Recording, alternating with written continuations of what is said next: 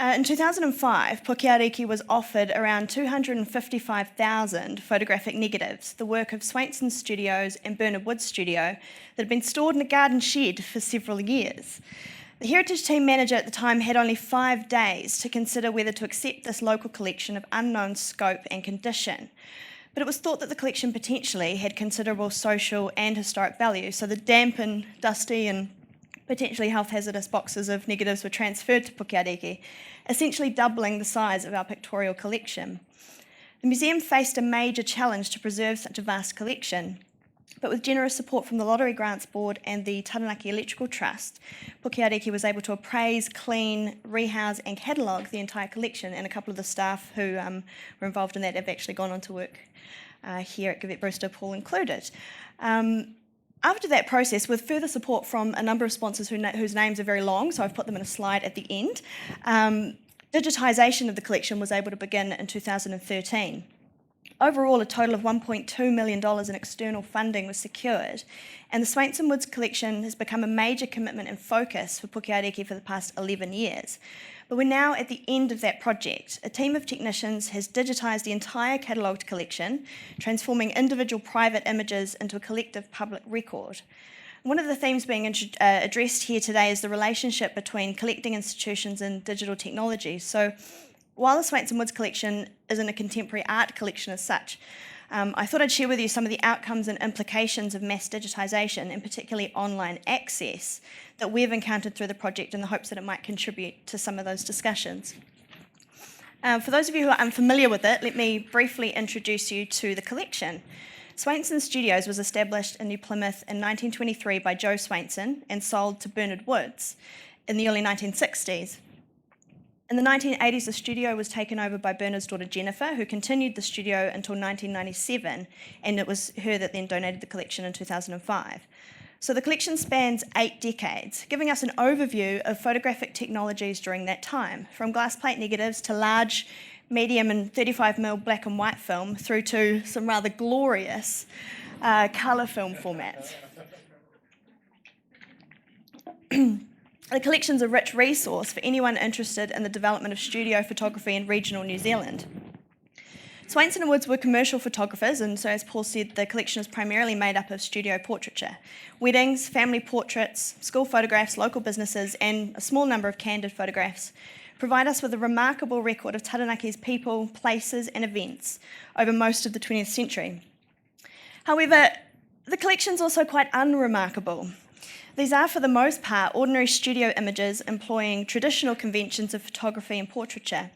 When seen in this way in particular, the collection's dominated by visual repetition. But the role of the collection shifts depending on how and by whom it is framed.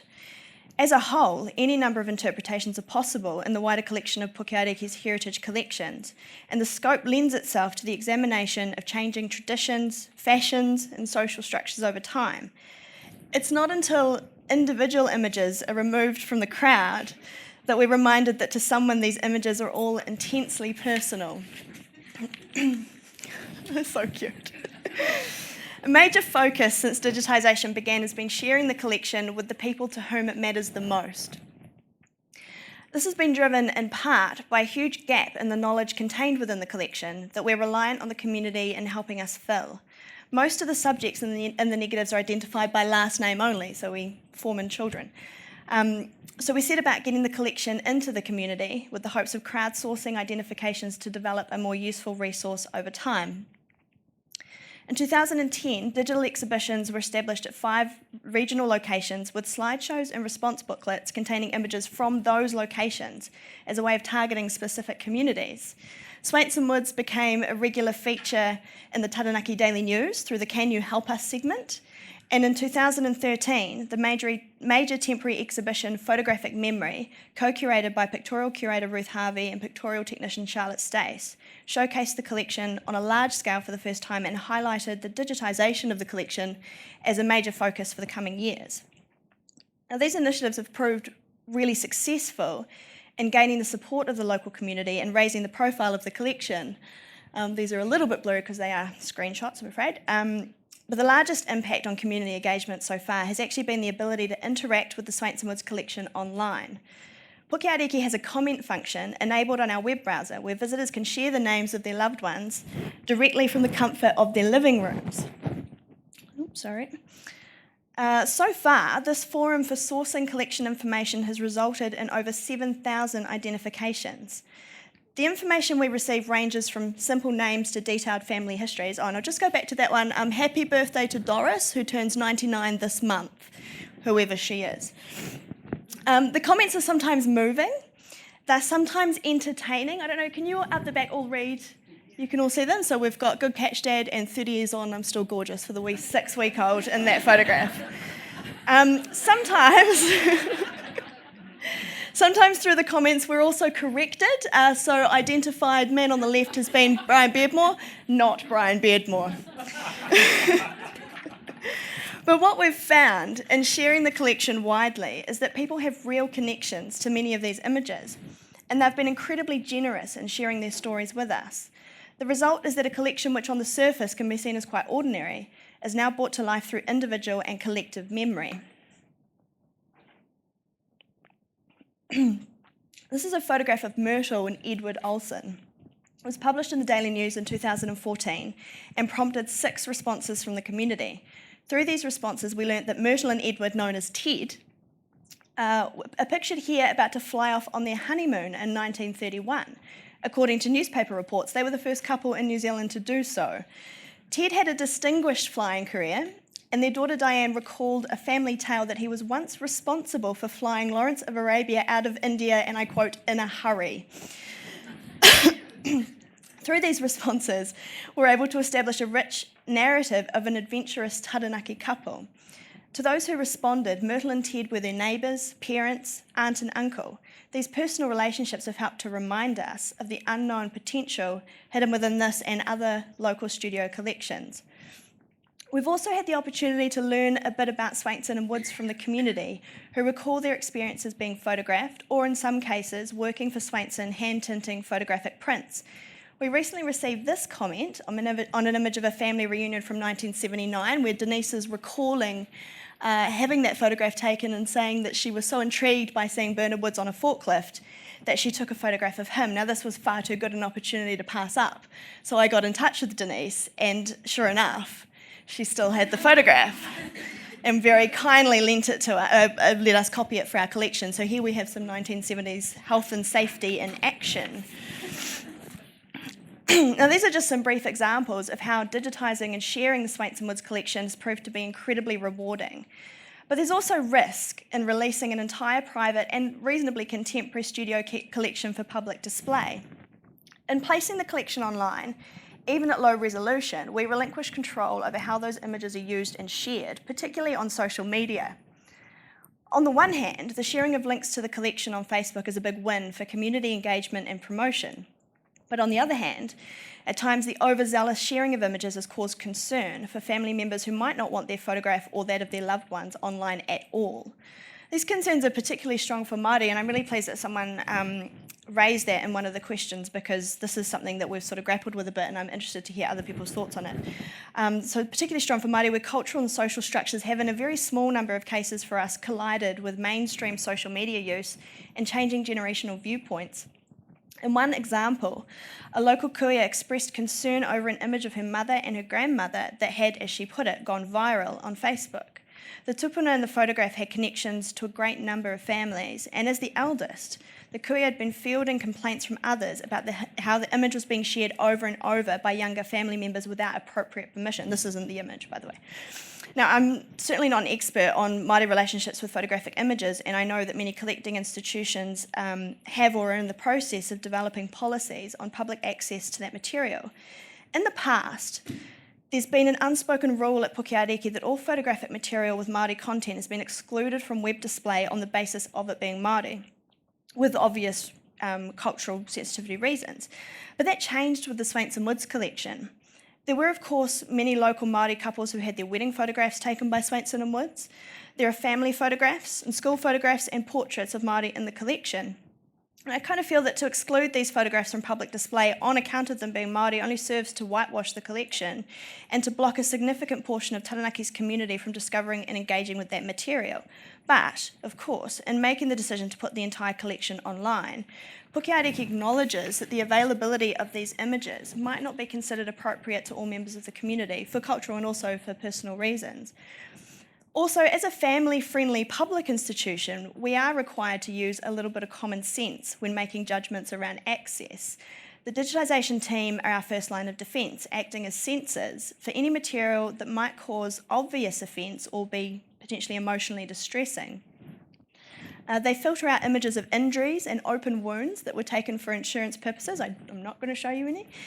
Images of the deceased and the occasional 80s glamour shot where perhaps a little too much might be revealed. However, we can't always predict what kinds of images might evoke negative or difficult public responses. We learnt really early on, for example, that for publication in the Daily News, it's best to exclude recent wedding photographs to avoid any distress to divorced couples and their new families. In another instance, we were contacted about a group portrait that a family wanted removed from the website. One of the sons, shown in the image as a young teen, had gone on to commit a series of pretty horrible crimes, and his family didn't want to be publicly associated with him.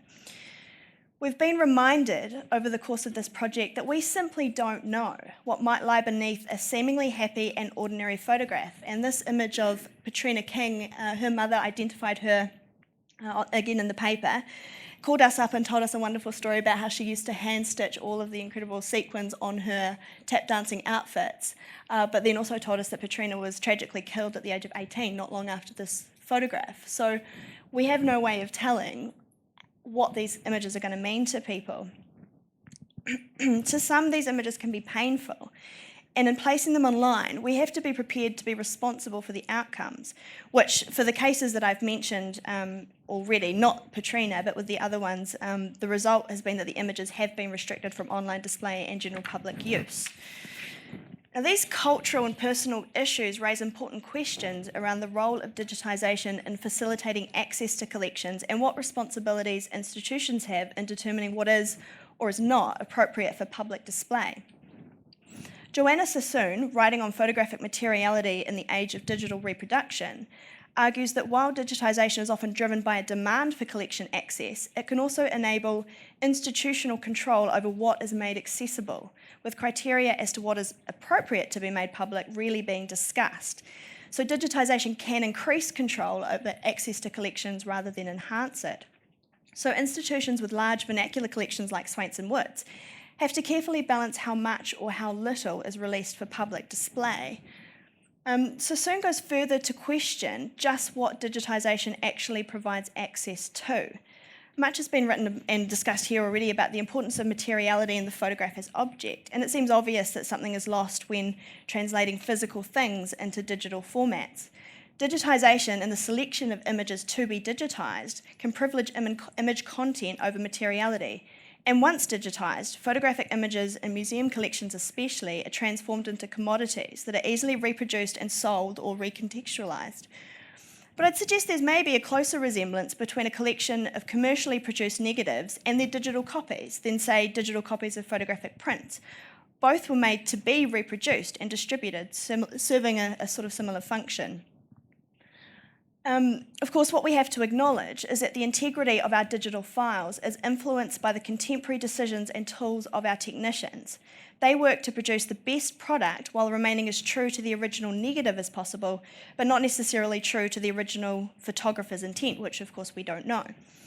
Building a quality assurance process into our digitisation workflows and establishing archival standards that govern how much, or in our case, how little, is done to repair images from damaged negatives does go some way to retaining a degree of truthfulness.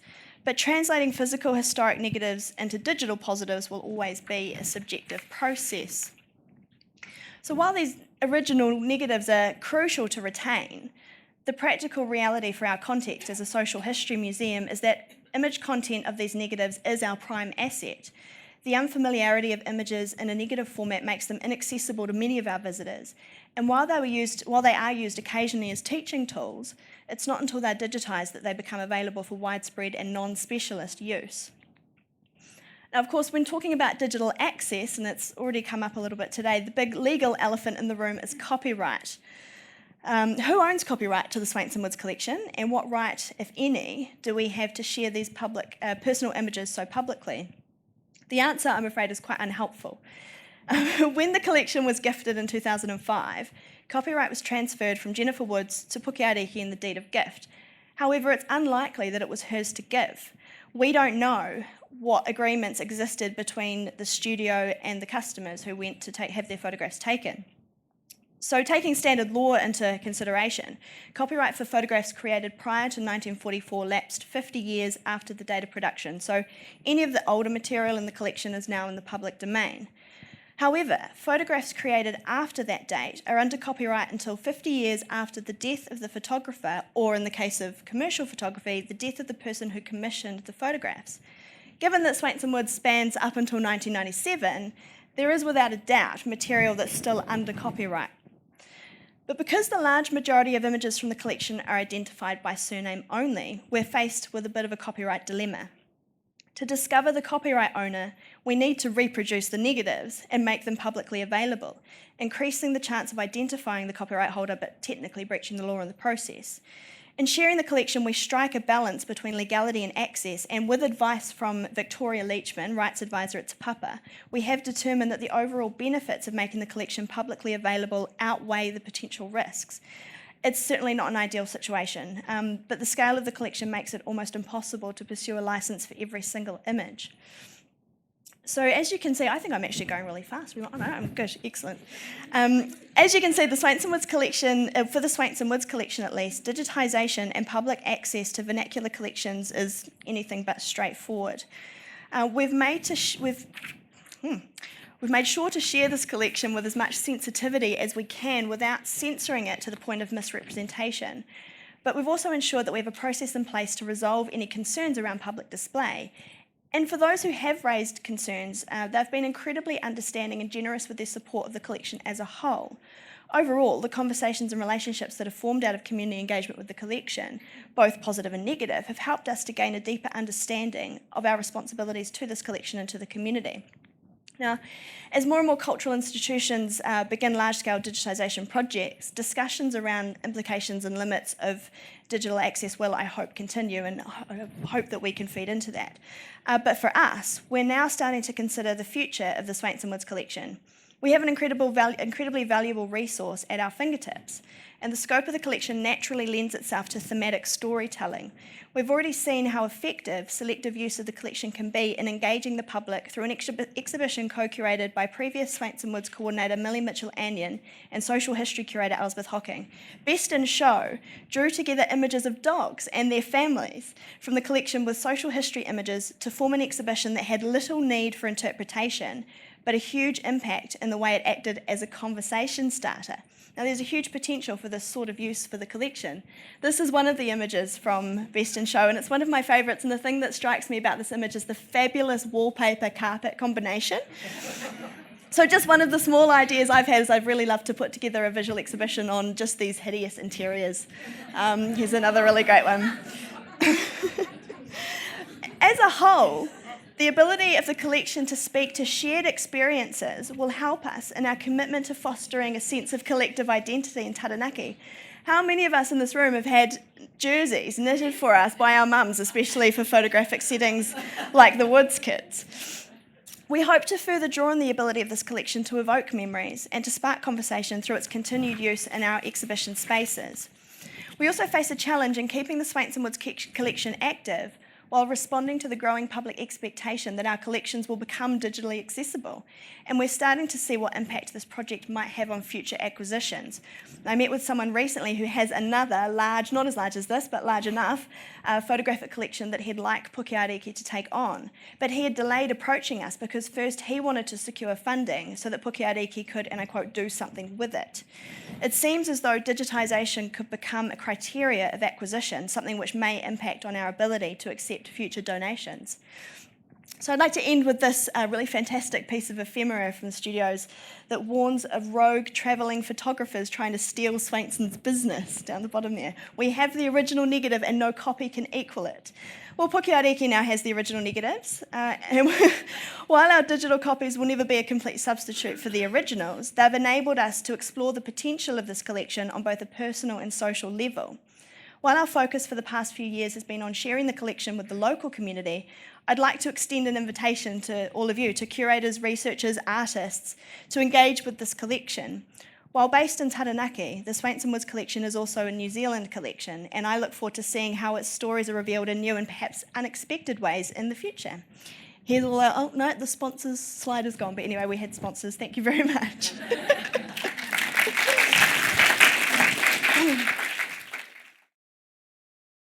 One thing that you didn't have time to mention is that there is in the collection all sorts of ephemera, which you just touched on, and also some print material. Yeah. So there is, I guess, an analogue collection element to this project. Yeah. Certainly, we're the question is we're not entirely sure how to use that collection. Certainly the ephemera collection is fantastic because it gives us a bit more of an insight into the studios and how they've operated. And there's some fantastic letters from customers who are really unhappy with the quality of the work, sending back like, no, I'm not going to pay you letters. Really fantastic stuff. With the print collection mostly consists of proof prints that were sent out to the customers to give an idea of what the work would look like. So it does again give us that idea of studio practice, but in most cases what's been retained is a print that corresponds to a negative in the collection. So the negatives have been the primary focus over the past 3 years, and we're sort of not entirely sure what the status of those prints are and how we can possibly use those alongside the negatives, but also potentially separately. So I don't know if there was an actual question. And the participatory nature of the project for the audience, because we talked this morning about, I guess, the digital world, the prevalence of so many photographs, and the modern museum visitor understands photography largely as a digital world and in such hyperabundance. But on the other hand, I guess compensation for that, in a sense, is that the audience, the project can't live without the audience feeding back into it. So in the sense that it's crowdsourcing the cataloguing process, would make the whole scope of the project viable? Sorry, I'm not quite If you couldn't, a collection of this sort couldn't live without that feedback. Yeah, definitely. I mean, it would exist, it would be in our collection and it would be catalogued, but it wouldn't have the same kind of richness that it has now. I think we really have been reliant on the community. Because it's a community collection, there's only so much that we can do to pick from that collection and to reframe it in different ways. And certainly it has that scope, you know, for people who have specialist topics that they're interested in.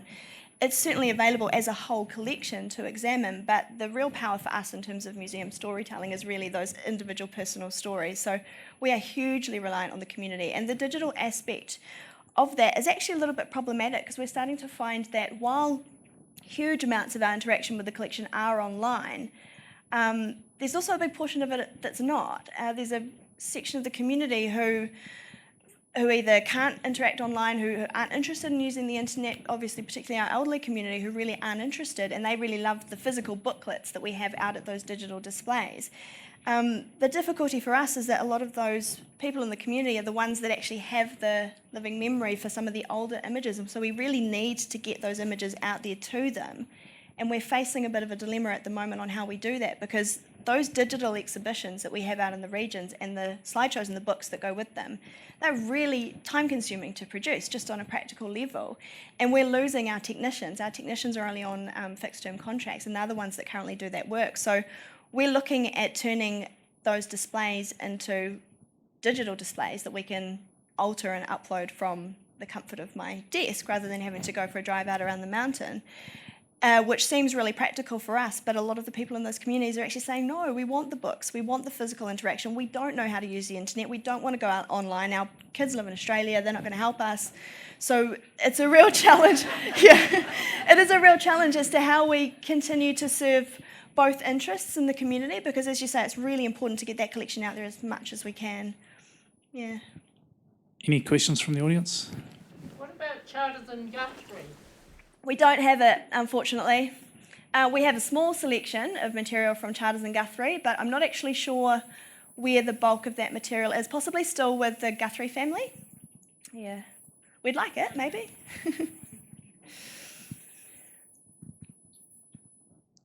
I think we'll move on.